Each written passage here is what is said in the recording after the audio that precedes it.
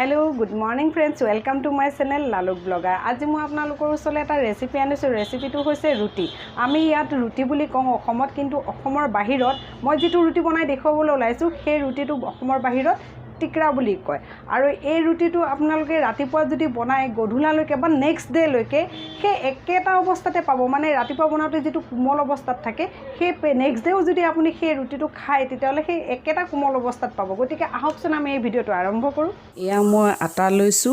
আটা মই আধা কেজিতকৈ কম লৈছো। আৰু ইয়াত এতিয়া মই দিম নিমখ মই সোৱাদ অনুসৰি দিছো। আৰু এইখিনি এতিয়া মই ভালকৈ মিক্স কৰি লম।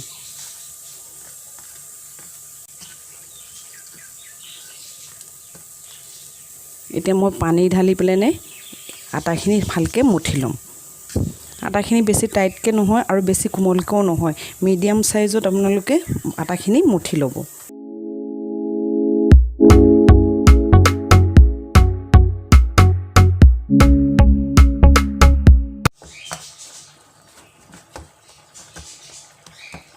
এয়া মোৰ আটাখিনি মুঠি হৈ গ'ল আৰু এইখিনি প্ৰায় মই 10 মিনিটমান ৰেষ্ট কৰিবলৈ দিম। 10 মিনিট হৈ গ'ল আৰু 10 মিনিট পিছত এয়া আটাটো চক কিমান কোমল হৈছে। এয়া মই আৰু অকণমান ভালকৈ মুঠি ল'ম আৰু এতিয়া সৰু সৰু বল বনাই ল'ম এইটো সাইজত। আৰু এতিয়া মই ৰুটিটো বেলি ল'ম।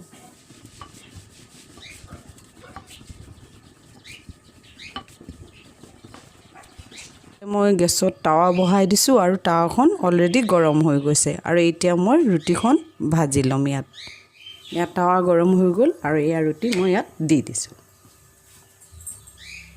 মই এই ৰুটিখন এটা সাইড অকণমান সিজি ল'বলৈ দিছো। তাৰ পিছত মই এই ৰুটি লুটিয়াই দিম।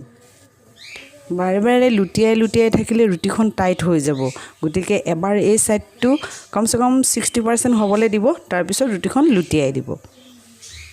অলপ পিছে আপুনি এই সাইডটো এনেকৈ চাব সিজিছে নে নাই।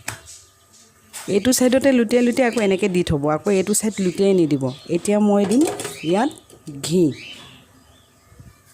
আৰু এই ৰুটিখনত বেক সাইডে সম্পূৰ্ণকৈ লগাই দিম।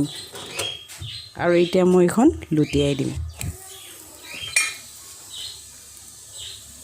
আৰু এখন কাপোৰেৰে মই হেঁচি দিম।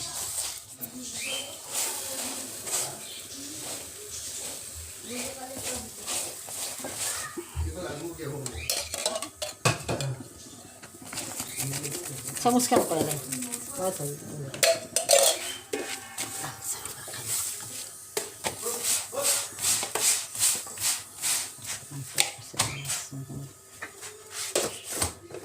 মই গোটেই ৰুটিখিনি বনাই ল'ম।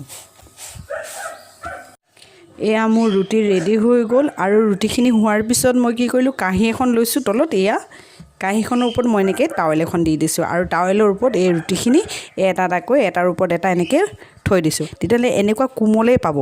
এইটো যিটো কোমল হৈ আছে দেখিছেনে, টান হৈ নাযায়, একদম কোমলেই হৈ থাকিব। আপোনালোকক কেনেকৈ থ'ব লাগে মই কৈছোঁ। ৰুটিখিনি এনেকৈ